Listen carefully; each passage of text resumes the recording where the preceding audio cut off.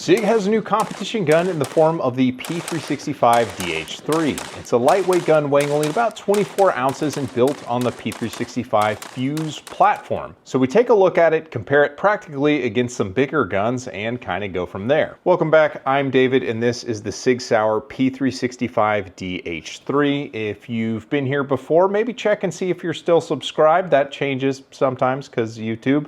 And if this is your first video, I would love it if you could subscribe. It helps the channel and I appreciate it. So full disclosure, this gun was sent in by SIG Sauer, but no money traded hands, which means that you guys, my audience, are my customers and I get rewarded by the videos that you watch and if you follow like links in the description or anything.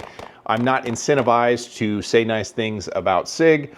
If there are bumps in the road, I'm going to show them to you. Luckily for this gun, there really wasn't that much in the way of things, but just so we're clear. So a quick bit of history, SIG released the Fuse in like July of 2024. It was a full-size yet slim profile gun that was light enough where you could carry it comfortably, but it was big enough to where it was easier to shoot than its smaller brothers. So people who don't have XL-sized gloves don't really have a great home in the handgun world because all the trigger reaches are a little bit long.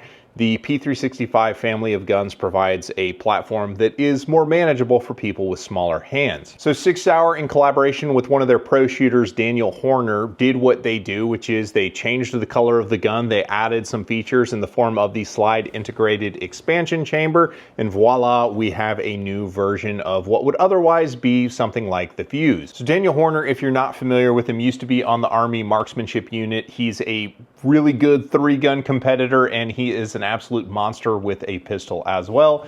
And this is the gun that he put his name on. Now the gun has a 3.7-inch barrel, which is good for competition because the shorter barrels on like the X macro comps have a hard time making power factor. This is going to make power factor a lot easier, but it's a 3.7-inch barrel and what would otherwise be about a 4.2-inch slide. So almost like a Commander 1911 slide is about what the length of the slide is. And the theory there is that the shorter barrel allows the gas to expand before it clears the muzzle. And as a result, these little fins in the top of the slide are going to grab some of that gas and direct it up.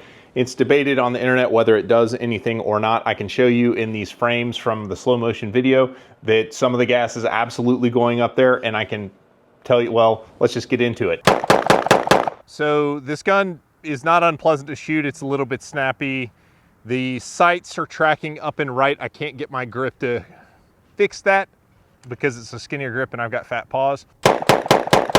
The DH3 has less energy coming back into the wrists. I don't know how much angle there is with the gun moving, but it feels like there's less, not a ton less. So that was just a feeling, but if you get into the slow motion video, you can see that the DH3 is gentler shooting than the Fuse was. So clearly the slide integrated expansion chamber, or slide comp as you like to call it, does mitigate some of the energy of the slide moving to the rear. I've done a video in the past comparing the slide comp to a traditional compensator, and what I found in that video is the traditional compensator was more effective, but it lowered the operating window with the gun. When what that means is that if you feed it underpowered ammo, it's more likely to choke the gun, or if you use bad technique and get your thumb onto the slide and slow it down at all, it's more likely to choke the gun. Whereas the slide integrated expansion chamber kind of takes some of the edge off of the round, but still keeps a pretty robust operating window. I tried it with some of the ammo that I had in the car with me. 3 different loads we're testing. This is Federal HST 124s. This is Federal 147 match ammunition. And this is Hornady Critical Defense Light 100 grain 9mm. Just testing the range of ammo that will cycle on the gun. All right, so here we are. Okay, that was the HST. It's a bit more of a kick. This is the match. That's much more pleasant. And this is gonna be silly, I'm sure of it. All right, so one hand with the Critical Defense Light, it means the gun is set up very well. If it can shoot Critical Defense Light 100 grain projectiles, it can shoot pretty much anything. Most of the ammo that I shot through the gun was Buffalo Creek 115s. Buffalo Creek is a generous supporter of the channel, and I thank them for their support. But there were no issues to speak of other than when the gun was like brand new, when I was trying to put the gun into battery by dropping the slide on a full magazine. it kind of hung out of battery and I had to tap it into battery. Once the gun broke in, I didn't have that issue come up. It didn't have any issues feeding or anything like that while I was running the gun. The slide is Cerakoted, so you can expect like Cerakote type performance from what, you know, Cerakote does. SIG does a pretty good job applying the Cerakote, and SIG Cerakote, because I carried the P229 Legion for quite a while, it actually held up really well. SIG does a good job applying their Cerakote. Now, one thing we need to talk about is the price on these things, because it seems like gun companies have stopped making guns that are kind of affordable, and this gun kind of falls into that bucket as well. It's not an affordable pistol. All the new guns seem to congregate around the $1,000 price point or more, and this gun is no different.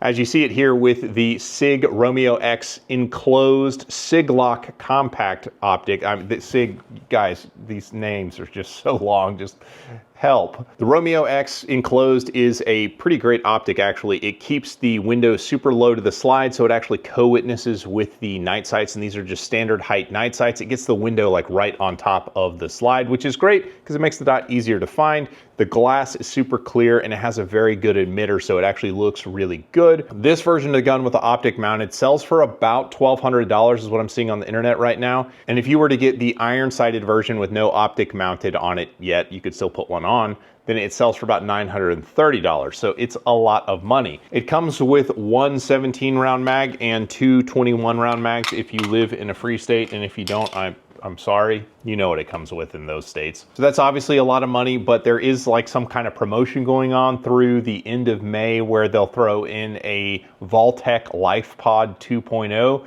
Vaultec Life Pods sell for about $200. Some people are gonna be like, hey, that's pretty cool, I like those things. And some people are just gonna get more angry because it's the internet. If you say anything on the internet, somebody gets angry about it. It's like the third law of the internet, I feel like. So that may or may not be a good deal depending on if you like what you see. So yeah, shooting handguns is expensive. And if you wanna train with handguns, I mean, the ammo, the range time, the time in the car, it all adds up. Ace is a shooting simulator you can get on the MetaQuest. If your kids already have one, great.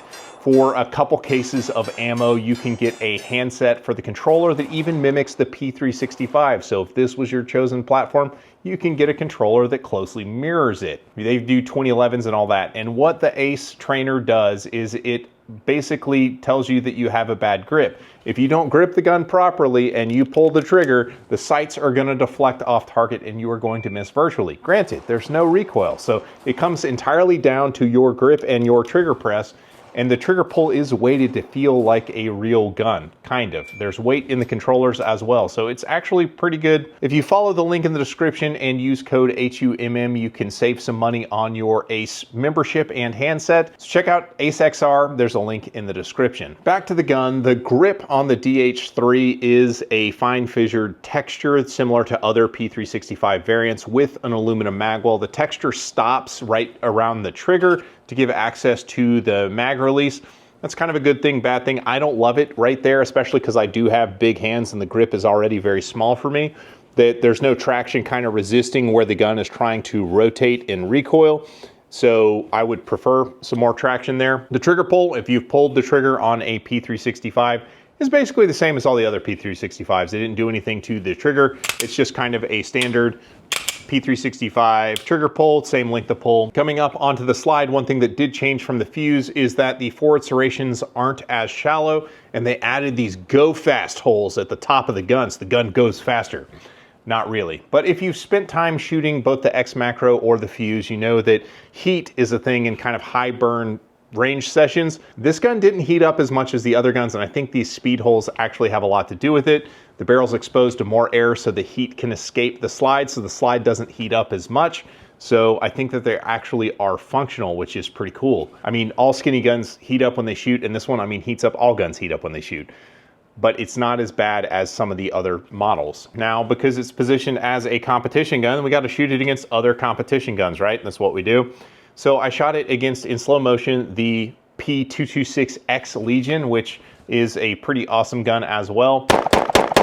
Comparatively, the 226 is just a much gentler shooting gun than either of them. It's got a fatter slide, it's got a fatter grip, there's less energy making it back into the wrist.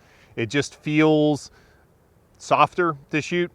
The dot movement, I would say there might be actually more climb out of the 226, but at the same time, it's gentler. Like for an all-day range session, I think the bigger gun would probably still prevail. And wouldn't you know it, that's when you start to notice that, like, regardless of how many doohickeys they put on a small lightweight pistol, it doesn't defeat the laws of physics. A bigger, heavier gun is going to have more going for it in how it shoots versus smaller, lighter guns. First, the weight. The weight is going to create more inertia, so the gun doesn't want to rotate as much. And the fatter grip that usually comes on those bigger guns is going to spread out the force in your palm. If you think this is about a 1-inch grip, the P226 has an 1.5 inches or whatever. So you can see all the force coming back into your hand is going to spread out over a wider area so it feels more gentle. But more importantly, the bigger grip is going to allow more surface area for your support hand to get onto the gun and assist in recoil management. So the bigger, heavier gun shot softer. But I took it to the 25-yard bill drills. All right, that felt pretty good. I think those hits are good. That's a 311. That's a 345, so notably slower, about 10% slower overall on the shot-to-shot stabilization. Just felt like the sights needed more to recover. And that's a 403. So you can see that the DH is still recovering quicker than the fuse, but not quite as quick as the 226. And because competition gun, I put a 2011 in the mix. All right, 302 on the Kimber. I could definitely tell I threw a shot low. So the P226X and the 2011 all shot basically the same, and the lighter weight guns shot a little bit different. The fuse not having any sort of mitigation on it was the hardest to recover. However, I had the best accuracy. So I set up a sample stage running it both left to right and right to left, and then adding the times and scoring for points to see where the chips fell. So what the sample stage showed me is you can basically run whatever you want. It's worth noting that there were 2 rows of targets, 3 in the front and 3 in the back, and the ones in the front were about 15 yards away, the ones in the back were about 20 yards away. And that's because with anything inside about 15 yards, the results basically aren't meaningful. The guns are all more or less the same. While I did shoot the highest scores with the 2011, it's worth noting that that is the competition gun that I use. I've been shooting 2011s for about 5 years. So with the 2011, I'm able to shoot predictively, meaning I know what the gun is going to do at different distances, so I don't spend as much time on sights. All the other guns, I don't know exactly how they're going to move, so I have to kind of react to what I'm seeing on the sights. The 226X was dangerously close to the 2011. I was only about 0.3 slower, and the hits were more or less the same. The DH3, adapting from the big framed guns to the skinnier guns, the speed was about 0.3 slower than the 226X, and the hits were notably worse. And they weren't bad, it's just that the hits were just on the other side of the Charlie line, so I dumped way too many Charlies with it. So the fuse, the first run was 0.3 slower than even the DH3, but then the second run I decided I can feel how these guns are moving. I'm just gonna go for it and see what happens, and I was able to run it at the same speed as the 226X, and the hits were the same as the 2011. And what that basically has shown us is the DH3 was me adapting to the skinny frame when I was used to the fat frames, and the fuse got the benefit of the learning I did on the DH3. The DH3 is a softer shooting gun than the fuse, so I think that it's safe to say that if I went again, I could run the DH3 faster. So I say all that to say that the performance ceiling for the little guns is probably dangerously close to the performance ceiling for the big guns. The performance floor, however, which is the least amount of performance you're going to get on your worst run, is probably higher with the big guns than it is on the little guns. And that's really how you should be thinking about performance. Don't think about your maximum performance, think about your average performance, because that's more than likely what you're going to get on demand. So what do we get from that? The DH3 is a softer shooting, more gentle, kind of big little gun, if that makes sense. But with my shooting, I was able to get, more out of the bigger guns, which kind of is to be expected. But one thing this gun does do is you could carry it all the time. So if you're somebody who wants to compete with what they train with, this gun falls neatly into that category. Or if you've got a baby 365, you could use the magazines from this gun in that gun and just stay in one magazine pattern ecosystem, which is cool. And the ecosystem for the P365 at this point, because there's millions of them in circulation, is super robust. So you can basically go full Lego on this thing and turn the gun into whatever you want it to be. So if that's interesting to you, you certainly have that option. If you want to see a video where I took a basic 2011, elevated it, and shot it against way more expensive versions of the same platform, I think that's a video you enjoy. You can watch it here.